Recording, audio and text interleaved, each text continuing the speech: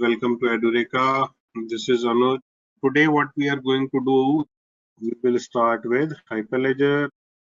We will see that how do you compare the traditional blockchain and a business network? What is Hyperledger project? What is the architecture? How do you achieve consensus in a Hyperledger network? What are the different API and application models that are available? What are the different kinds of network topology that you can have in Hyperledger? What are the different projects?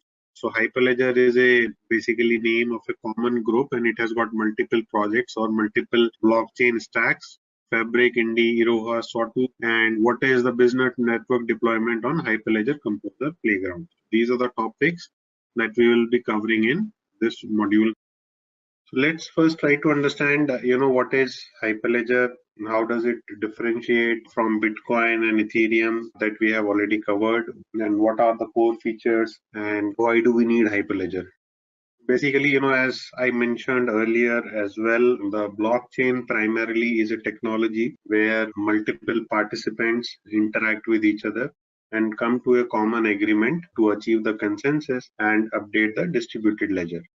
This concept initially was limited to the public domain where you create a system where anyone can come, subscribe the service, become the member, and have the copy of the database with himself or herself, and then start transacting onto the system. And majorly it was for the financial industry or cryptocurrencies. Now, when it was seen that it can be extended beyond financial services, cryptocurrencies, and maybe it can be incorporated within an organization or within a certain set of people rather than giving the public access to everyone, because especially in the business scenarios, you cannot give the access of your data to all the participants. So that's when these permissioned or private blockchains came into the existence. Already I gave you one example of 𝐶𝐝𝐻, another one is 𝐶𝐸𝐻, which is quite similar to Ethereum. But the leader in this domain of permissioned and private blockchain is Hyperledger. Now, what is Hyperledger? Hyperledger is basically a group of products which are designed by a open source company called as Linux Foundation. Linux Foundation is an open source company that gave birth to all these standards of permissioned blockchain. So Hyperledger has got many products, like there is a Hyperledger Fabric, Hyperledger Sawtooth, Hyperledger Indy, Hyperledger Burrow, Hyperledger. Many products are there, Caliper, etc., etc. But all these products have their own different features based on which you will use them. But the most famous among these are Hyperledger Fabric and Hyperledger Sawtooth. These two are also developed by multiple organizations. So Linux Foundation is basically a group of more than 100 companies. I think 125 members are there, and all top companies in the world like IBM, Intel, Accenture, Dell, Microsoft, they are all part of it. And they are jointly developing these standards. And because so many corporates and so many big names are associated with these, so therefore we see very frequent revision of these standards. And the one which is documented in Edureka is, I think, version 0.6, and it was not long back this version was the prime version, but now it has gone from 0.6 version 2.0, which was released, I think, a few weeks back only.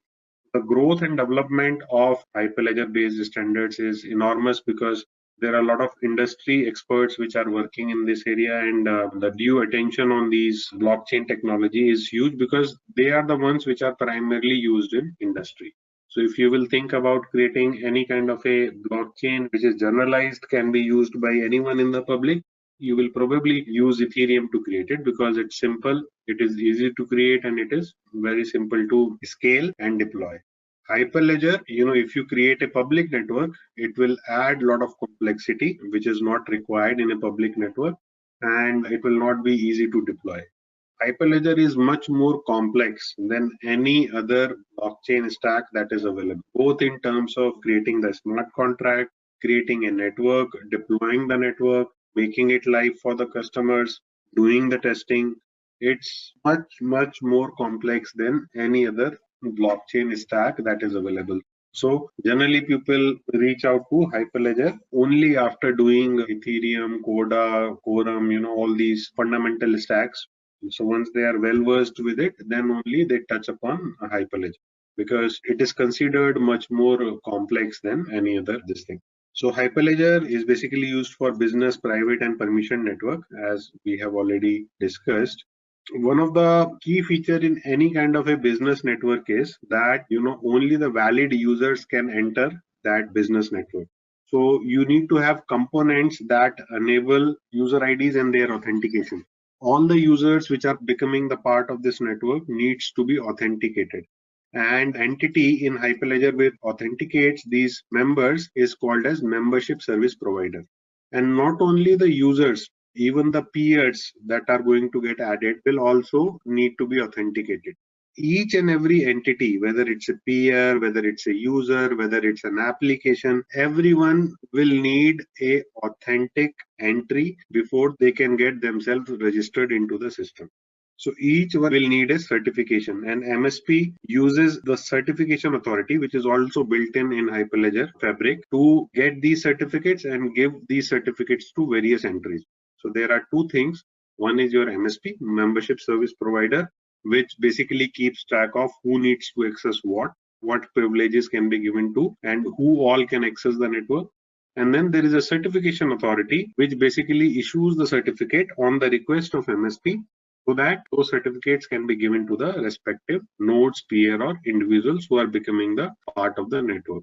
One of the key differentiator is from Ethereum and Bitcoin is there is no cryptocurrency in Hyperledger. So there is no concept of cryptocurrency. There is no transaction, no gas, no ether, nothing of that sort in Hyperledger. Even if you want to create, it is not easy to incorporate the cryptocurrency. So generally, if you want to incorporate a system where you have a cryptocurrency or you need a tokenization, you generally wrap it up using the Ethereum plugins that are available in Hyperledger. So for implementing the tokens in a business network, you generally depend upon Ethereum or Quorum that, and then you integrate it along with Hyperledger Fabric.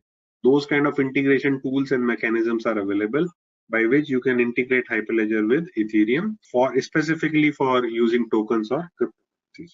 One unique aspect of Hyperledger is that each and every entity is modular.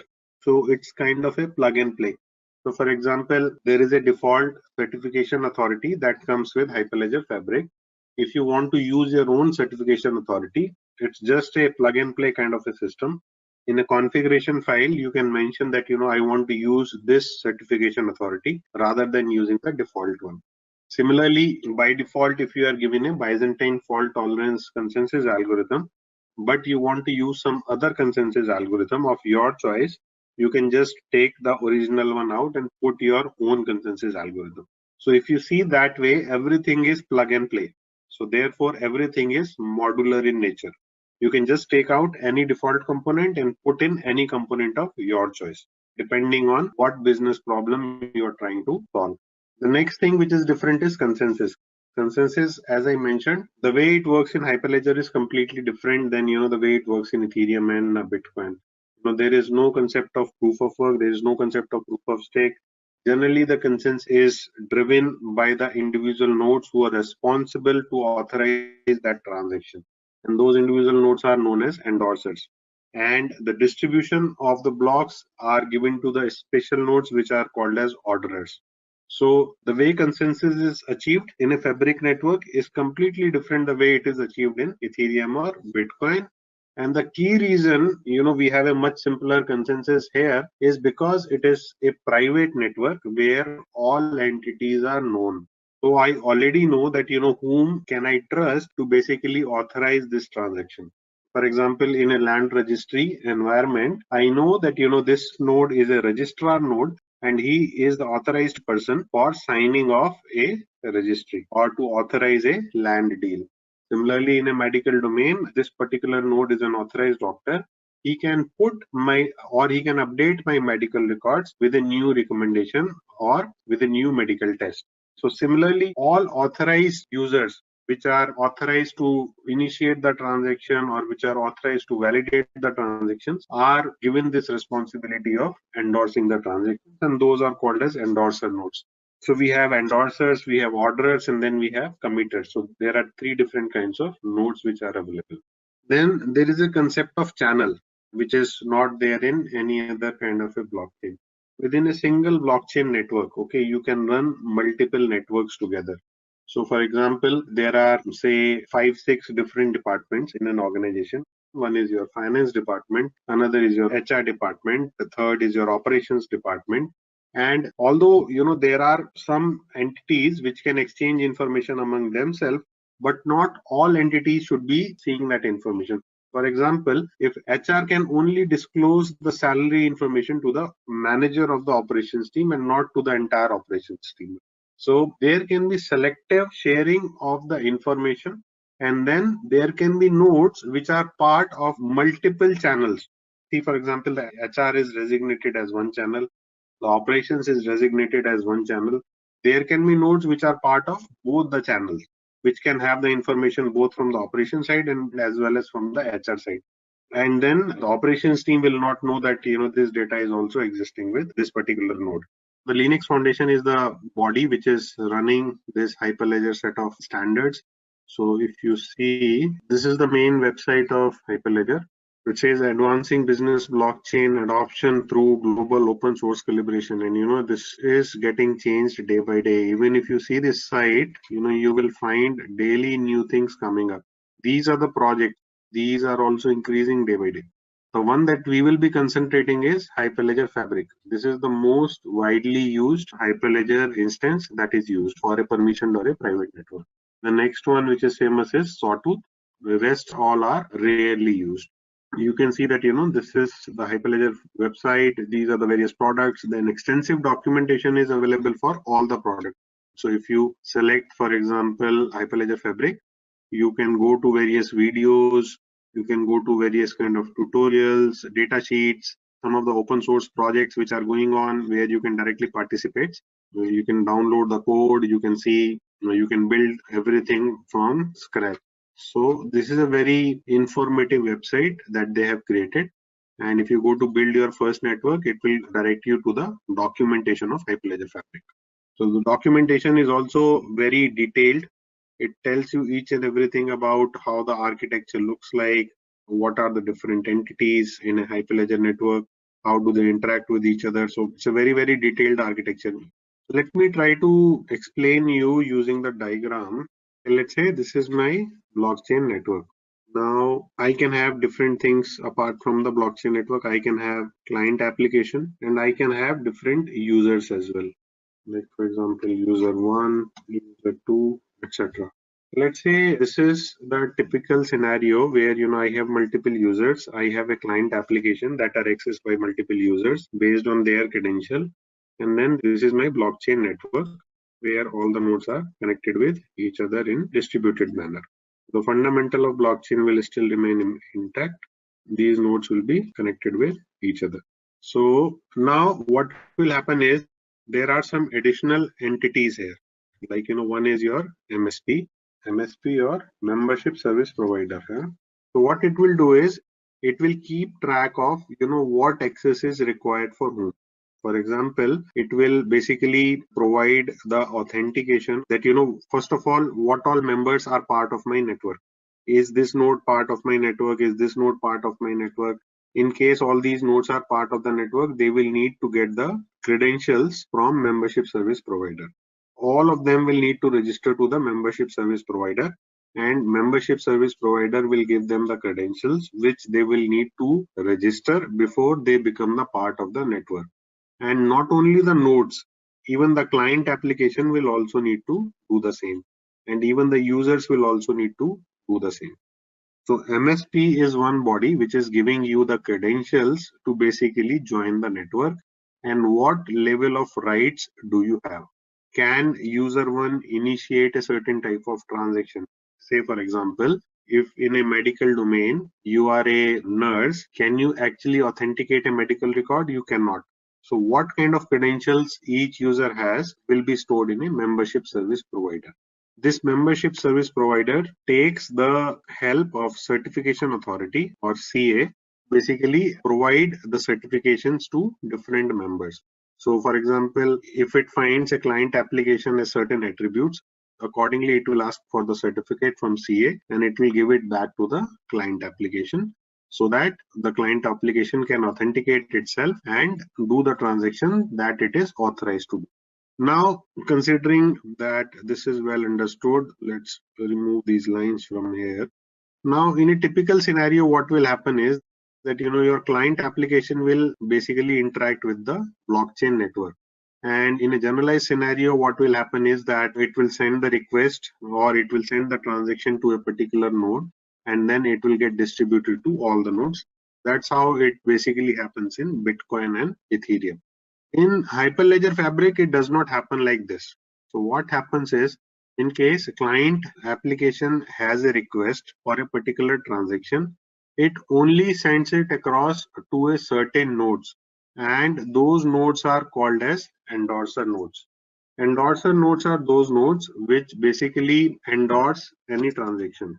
Endorse transactions means they validate whether the transaction is correct or not. So what will happen is, let's say in my network, these two are my endorser nodes. You can have any number of endorser nodes in your network. It depends on what kind of endorsement policy you have.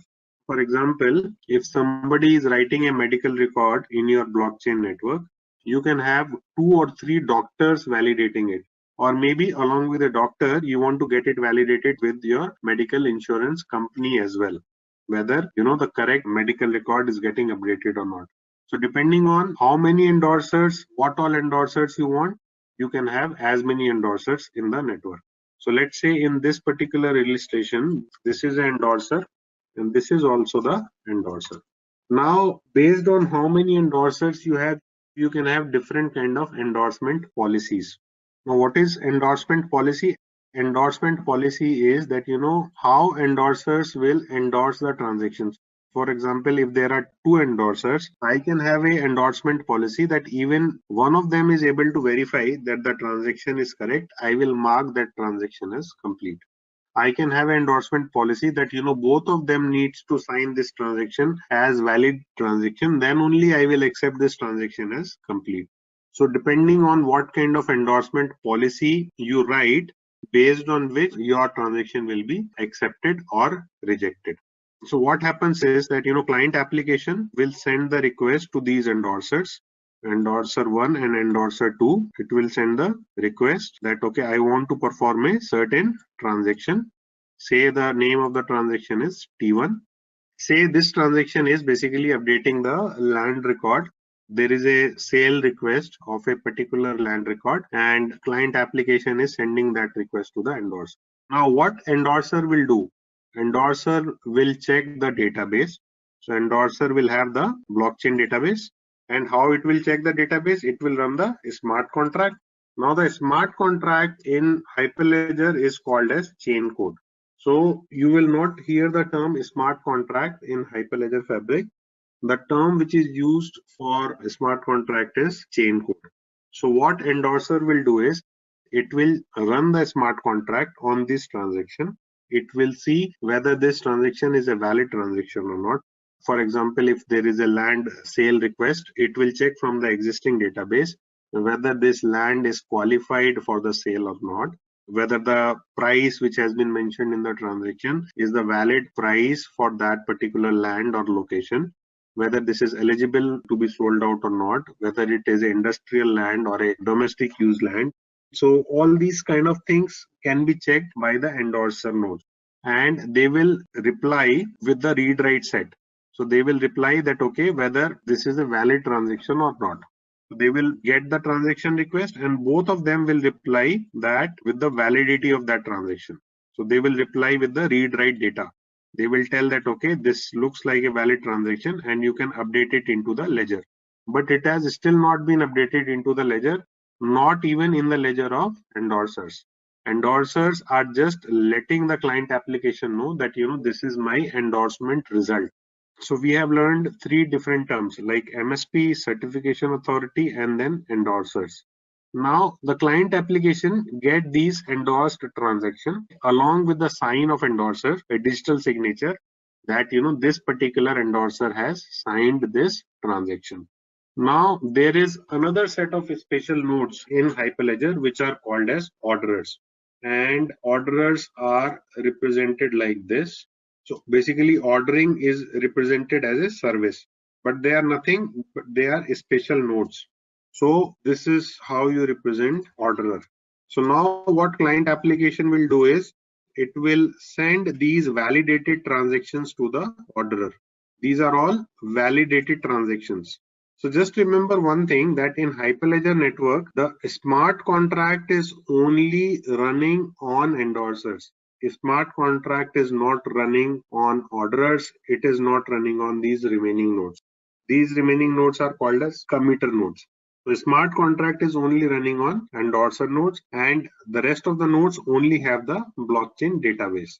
They are not running the smart contract. So the endorser nodes once verify that the transaction is correct, it will give it to the ordering service.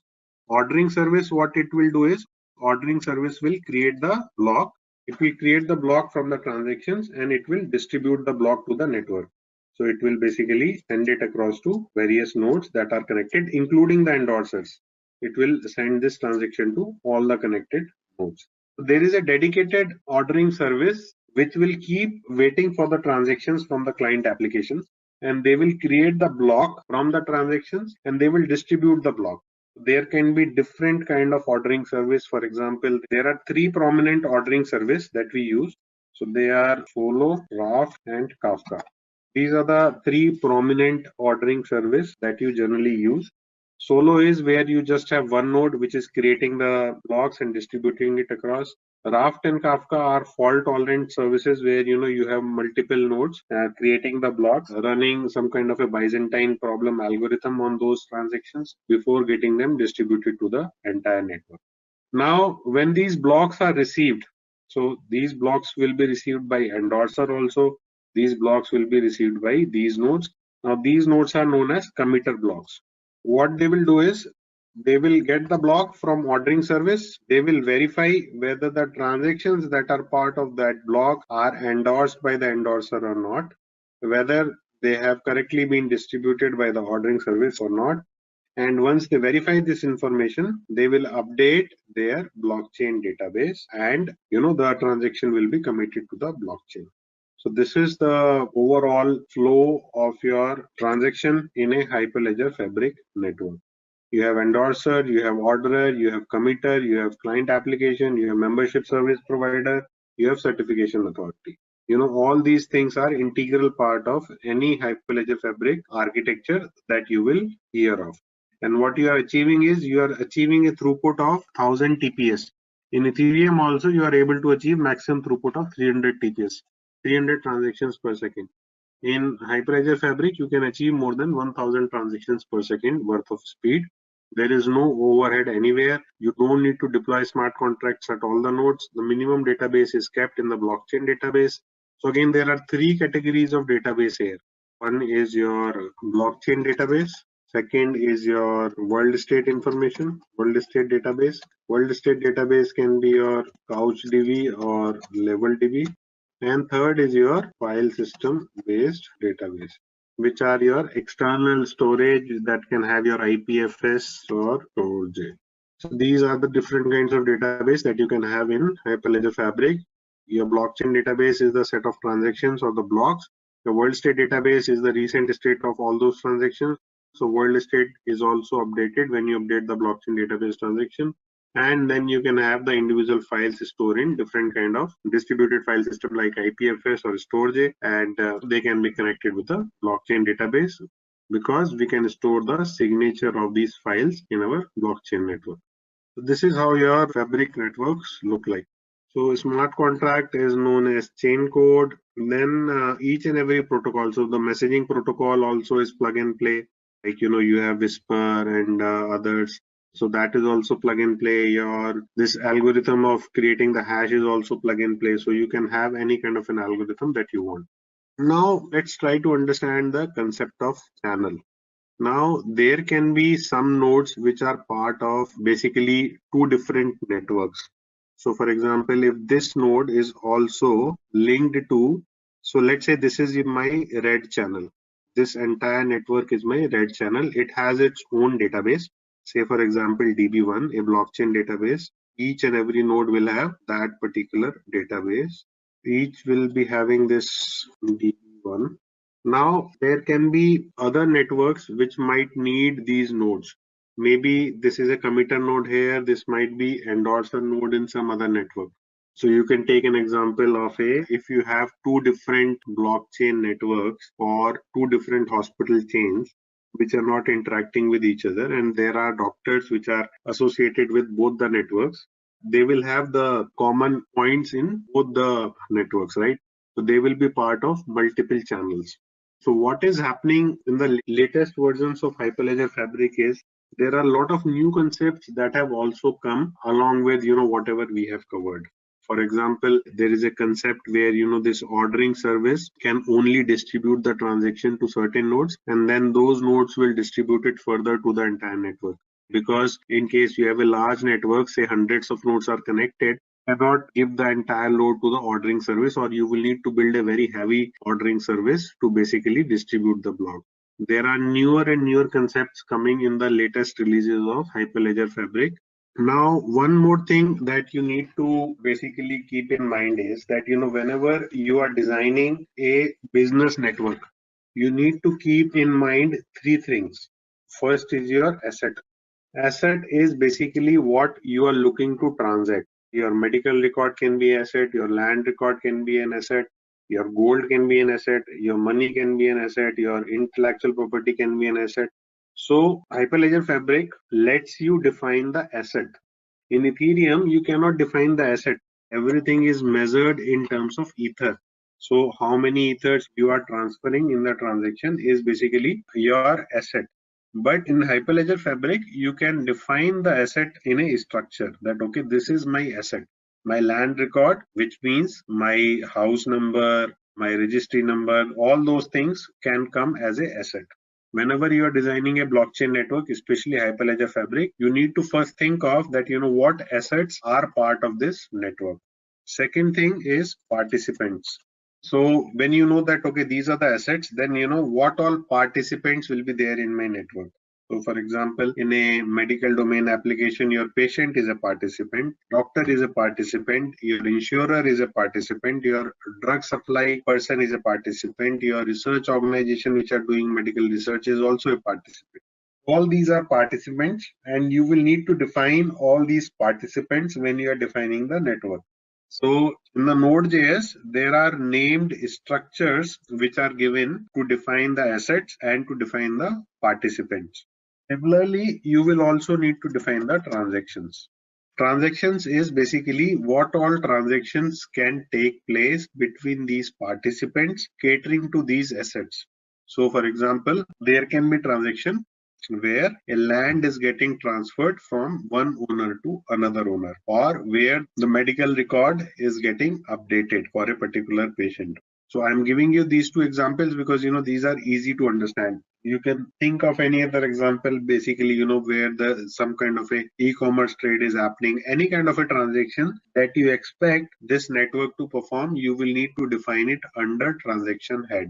So these three are different structures that you will need to create in your model file before you define your blockchain network. And then the fourth thing is events. So when you want to inform about these transactions taking place to the third parties or to your GUI application, then you write events, and in the event handler you mention that what information you want to send it across. The events is similar to what we did in Ethereum.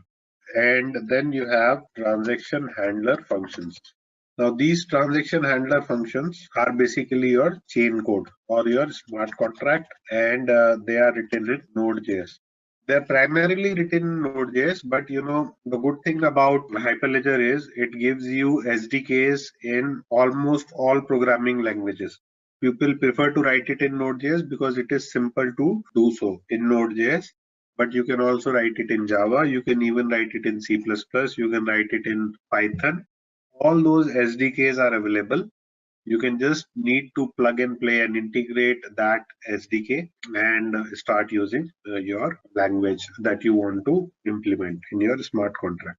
So this is basically some basic theoretical concepts of Hyperledger Fabric. Now the key problem is that in a traditional network they are sharing information with each other in a inefficient, expensive and a vulnerable way, maybe by emails, maybe by unsecured transactions, and then there is a problem of reconciliation, etc., which is solved by using the blockchain based network, where you have the consensus, provenance, immutability and finality.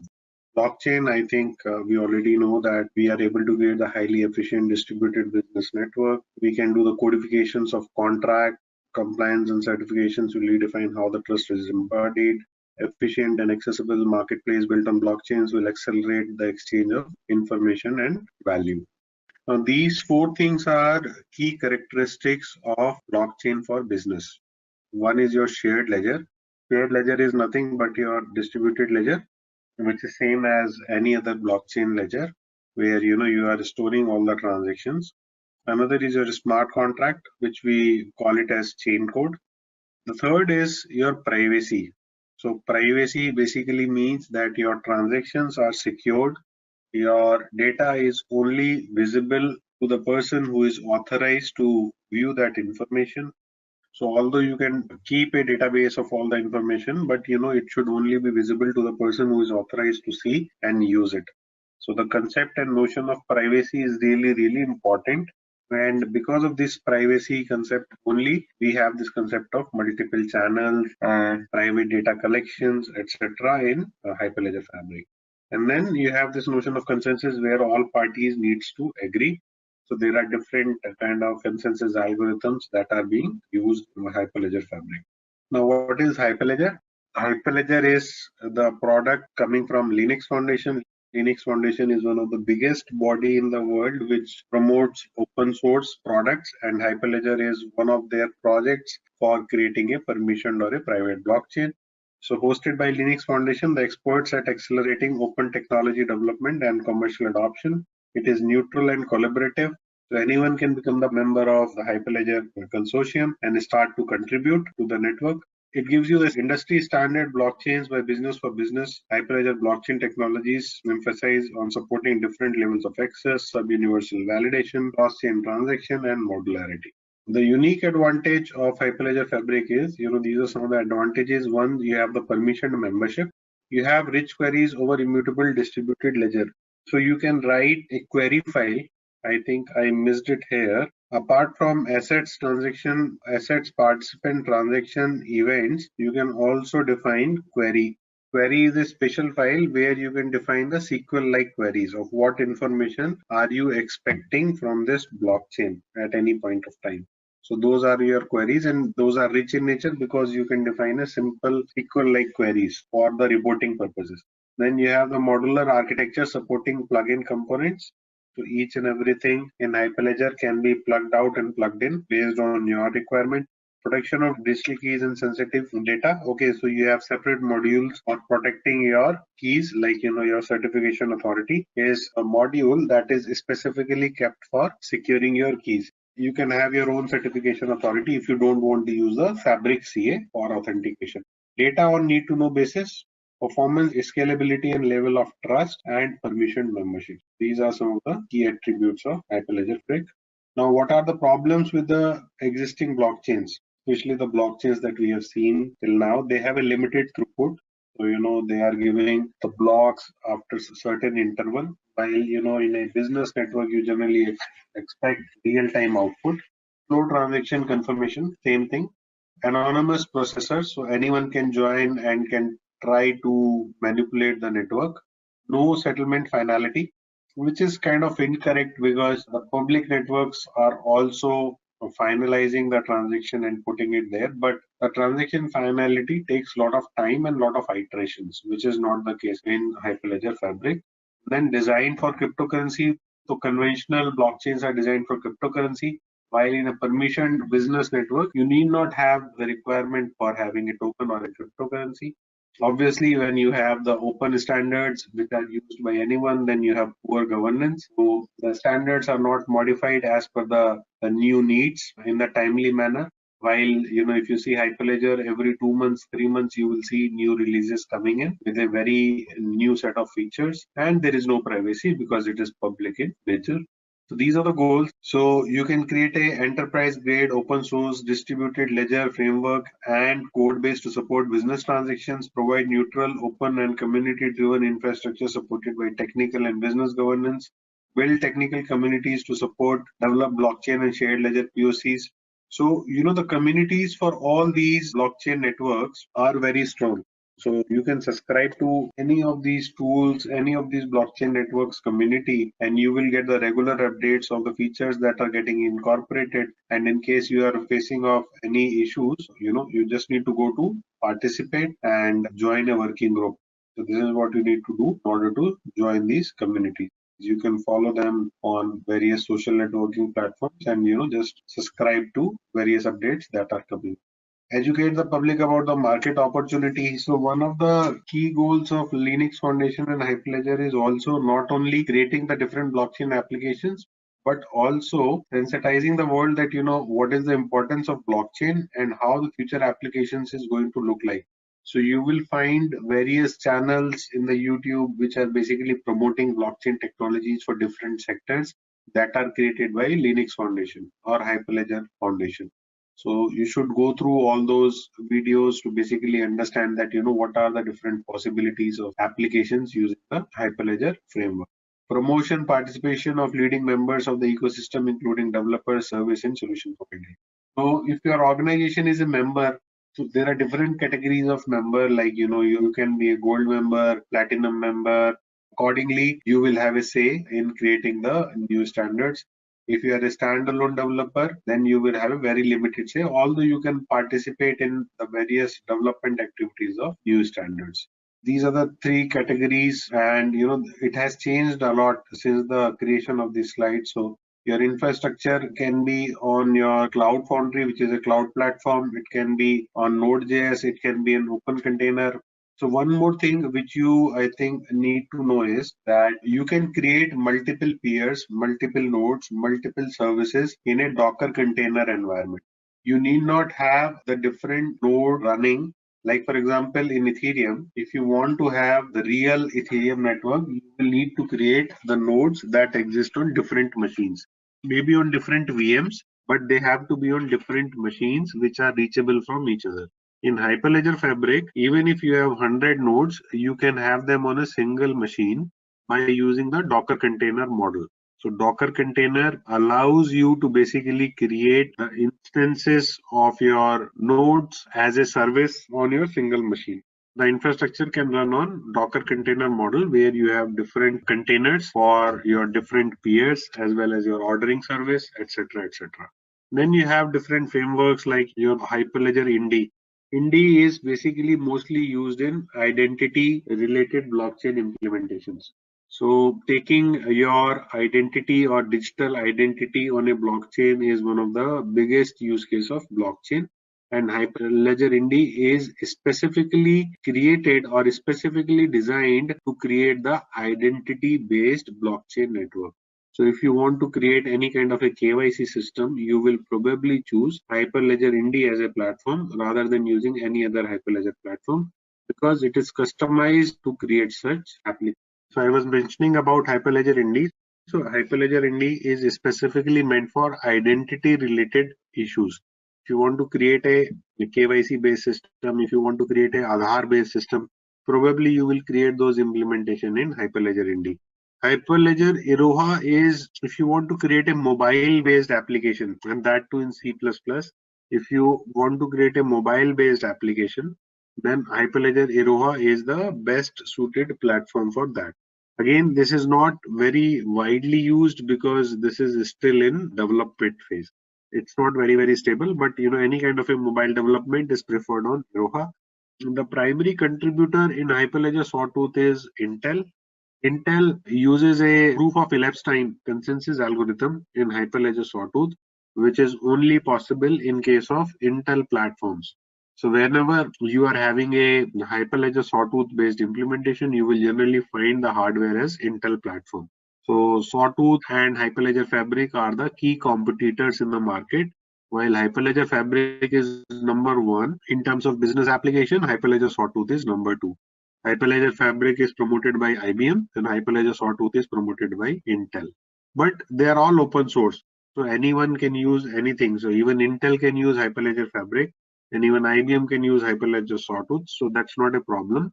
But the primary contributions are from these companies. And then Hyperledger Burrow, again, this is something which is rest of your Hyperledger implementations are just kind of for study purpose or maybe for testing purpose or for research purpose.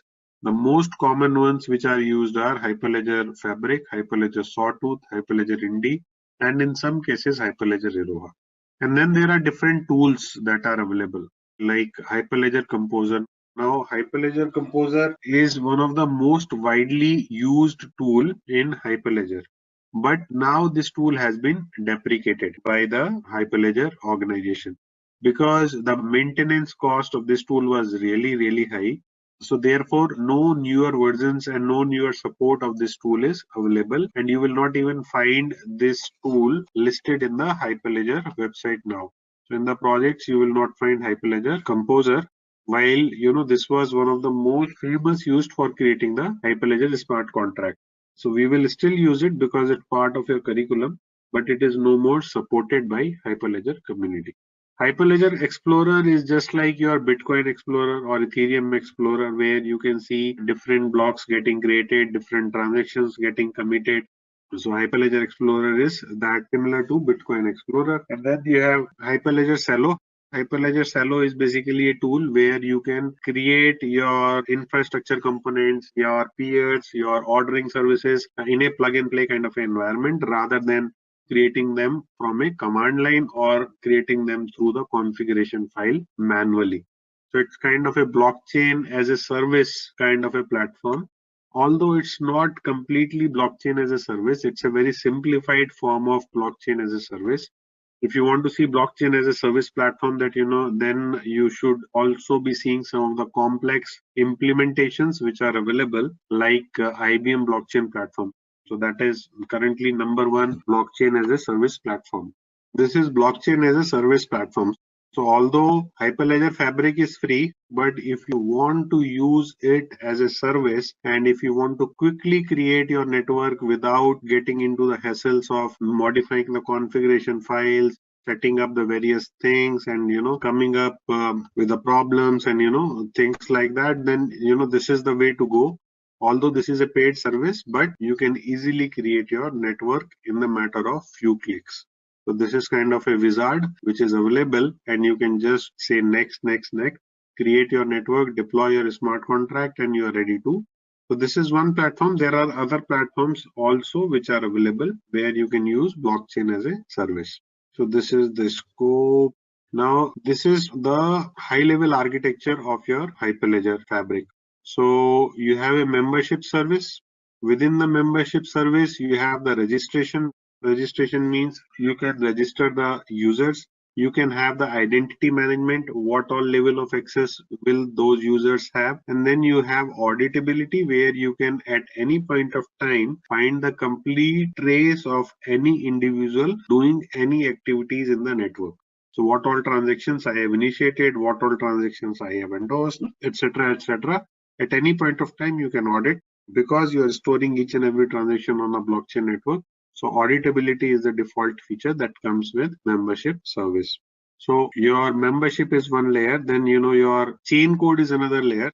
So chain code basically means your smart contract.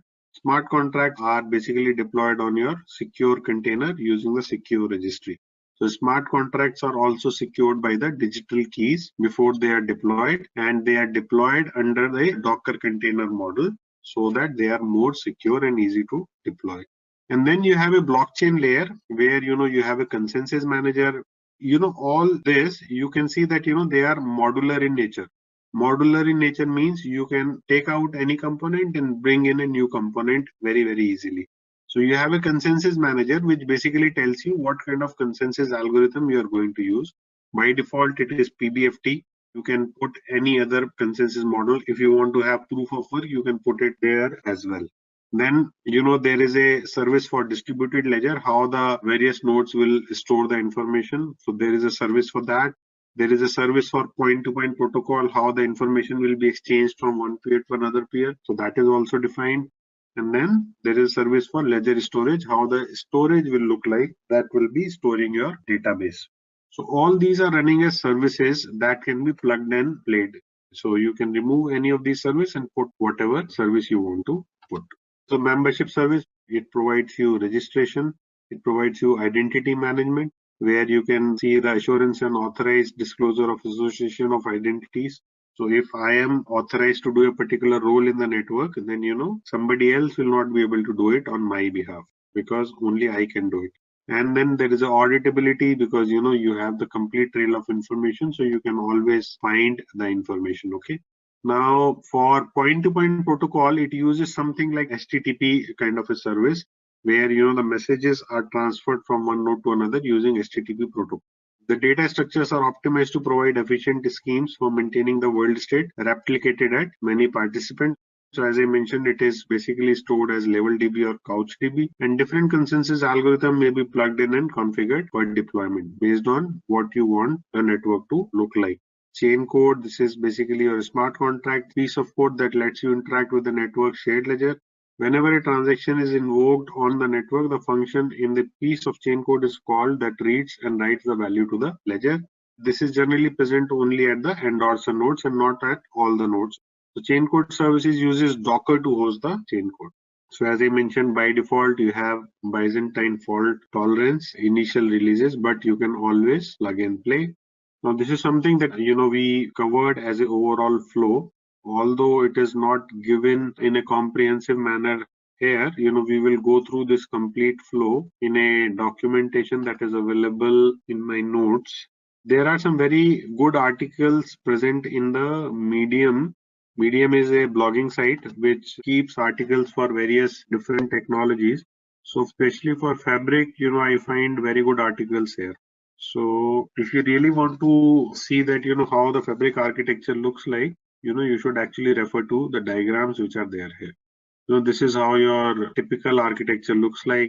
You have a chain code installed at endorser nodes, and then you can have different channels, and you have the ledgers. Based on the complexity of your design, you can have various kind of architectures. This is the most complex one that you can imagine.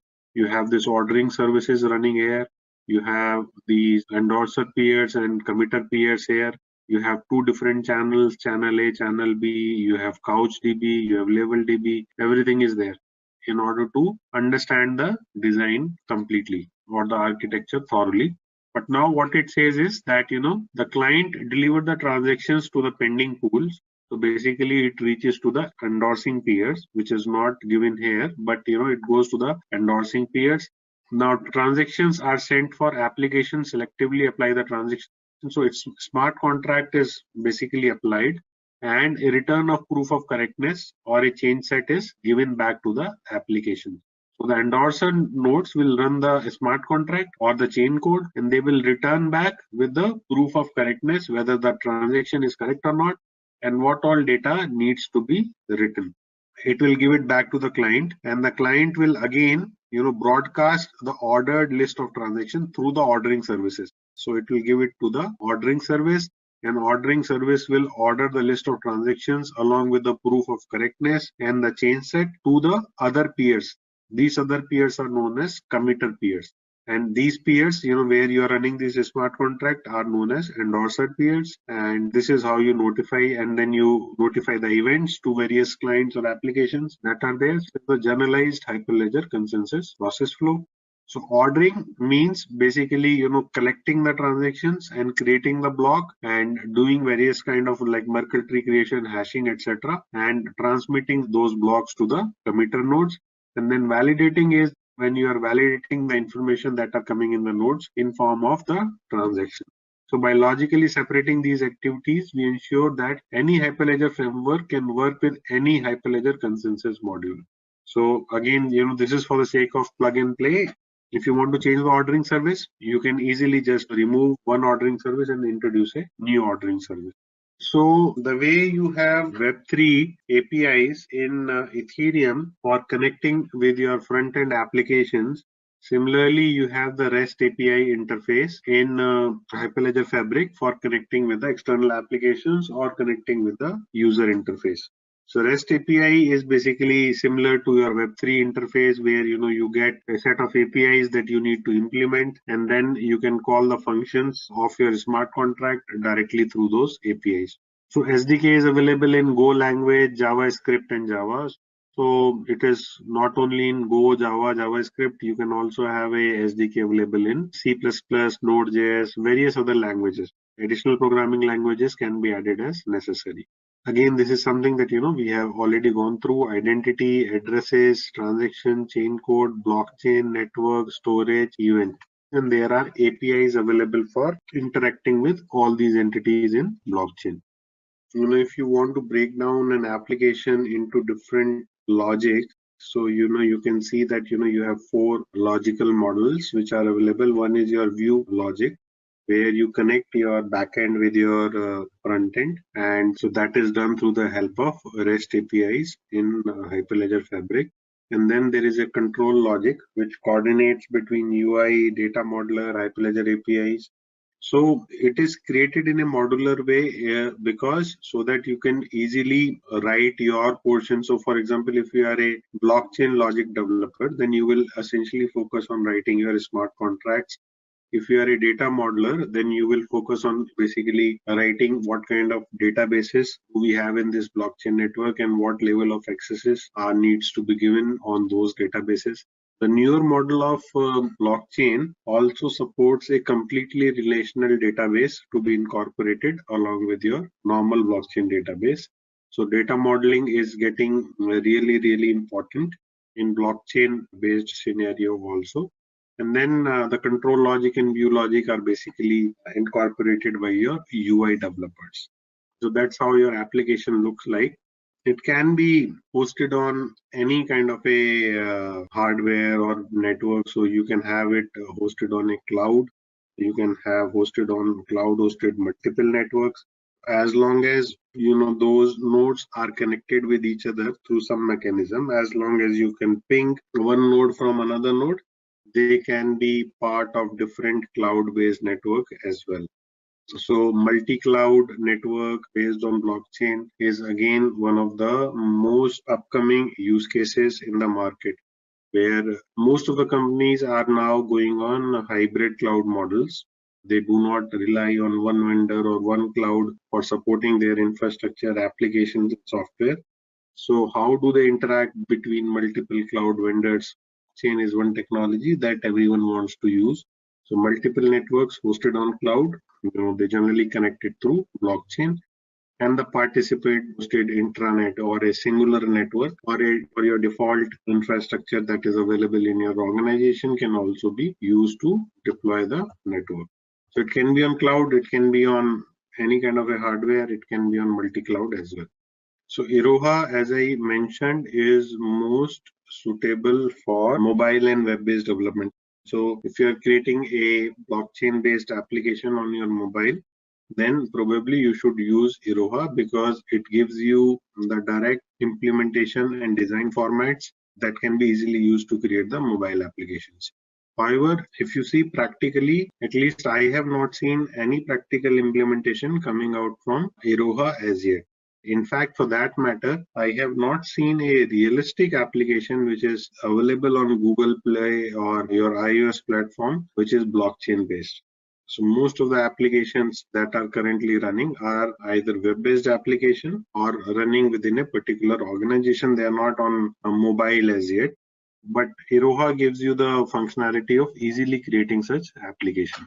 With respect to the features, if you compare it with Fabric and Sawtooth, in that case, it stands nowhere, and also because it uses C++ as a language, which is a bit older language, it does not have those kind of functionalities available which you generally see in JavaScript or Node.js.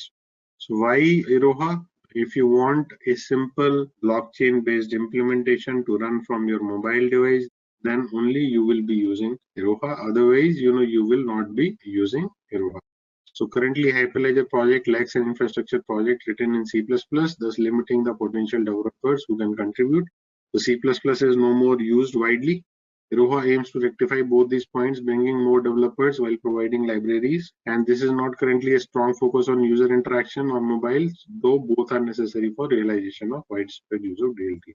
So if you are a good C++ developer, and if you want to write something on your mobile application based on blockchain, then use 𝐿oha. Otherwise, it is not a suitable candidate. Fabric is the most often used one. So Fabric is a permissioned blockchain network implemented in Go programming language.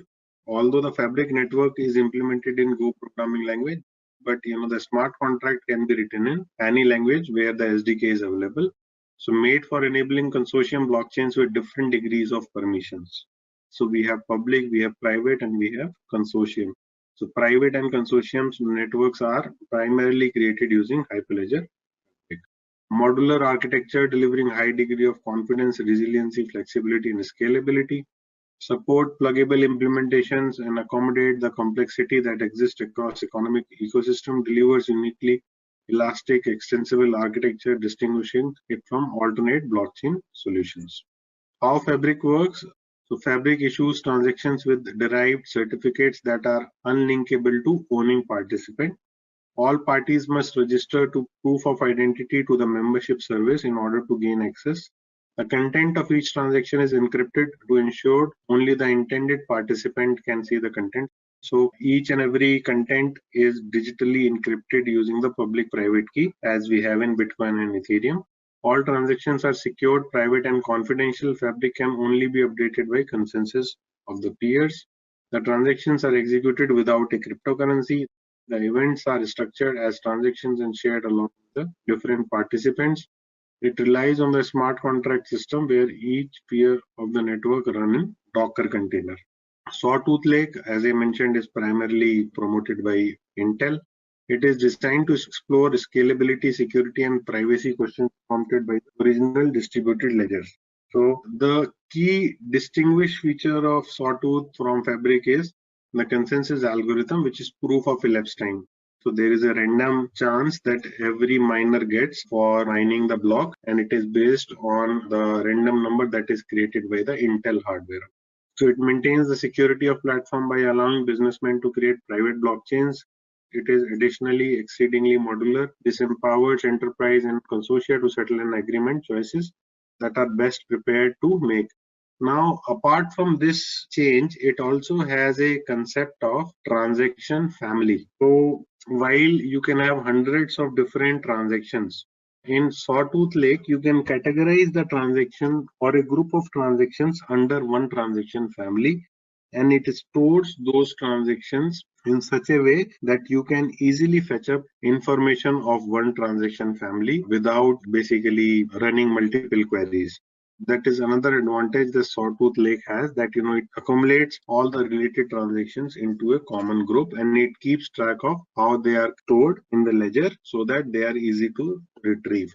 Sawtooth Lake, again, I will recommend that, if you should choose one among these, like, either Hyperledger Fabric or Hyperledger Sawtooth Lake, and you should try to gain a complete mastery in either of these two platforms. Hyperledger Indy, as I mentioned, it is basically for identity-based solutions. Identity is one of the critical use case for blockchain implementation, and Indy is designed to basically store different kinds of identity, be it your basically educational credentials, your identity-related credentials like your birth certificate, your passport, etc. All these things are easily incorporated in Hyperledger Indy. In fact, there is a product by IBM on digital identity which use Hyperledger Indy. This is the product that IBM has developed, and this is developed using Hyperledger Indy. Decentralized approach of identity management, and I think it must be mentioned somewhere that this is developed using Indy. KYC, you can see that how the KYC is happening here. I'm not sure where it is mentioned, but it is developed using Hyperledger Indy. So you can even try this solution if you run that, how it actually looks like. I'll just ping it across the chat. So Indy is all about giving identity owners independent control of their personal data and relationship built so that the power of identity is structurally part of the transactions made about that identity. Pairwise identities not only prevent correlation but stop third parties from transacting without the identity owner taking part. Indy shares three important virtues with the internet. No one owns it, everyone can use it, anyone can improve it. Validation is performed by the set of validator nodes running a modified redundant Byzantine fault tolerant problem called plenum. So this is the consensus algorithm which is used in Hyperledger Indy. It is called as plenum. It is a variant of Byzantine fault tolerant protocol. And plenum allowed for the group of servers run by the validators to come to a collective agreement about the validity and order of events. So each and every implementation, you will find some unique consensus algorithm, and that's the key distinguishing factor of any blockchain. It will have a different way of achieving the consensus. Now, Hyperledger Burrow, this is more of a kind of test network, and this is, so if you want to run your Ethereum contracts on Hyperledger, then this is a platform which is available. So you can directly use your Ethereum smart contract, and you can run it on a Hyperledger framework using the Hyperledger Burrow. But this is not very promising, and this is not very often used. So Celo, as I mentioned, is basically blockchain as a service platform. It can allow you to easily create your peers, your orderers, your committers, your MSPs, your certification authorities.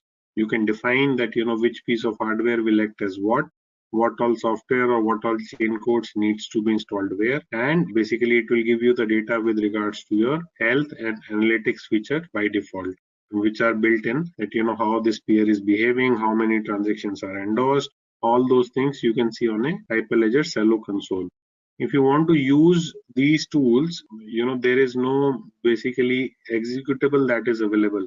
So what you will need to do is you will need to download the source code of this tool, and then you will need to compile, execute, and then use it. You will not get a binary to basically use these tools. Go to hyperledger.org and you go to Hyperledger Celo, and same is for Hyperledger Explorer also. So if you go to Hyperledger Celo, you will see that you cannot download anything. You can get the code in the GitHub, and from the code you will find the instructions to basically compile and run this tool. Then Hyperledger Explorer is same as Bitcoin Explorer. Again, in order to use this, you will again need to compile this and run this. You cannot get the executable or a binary source directly installable. This is Hyperledger Explorer. You will need to get the code. This will direct you to the GitHub. Then you will need to compile and run it. I think with that, we have covered a lot of ground today. So that's it for today. Thank you so much.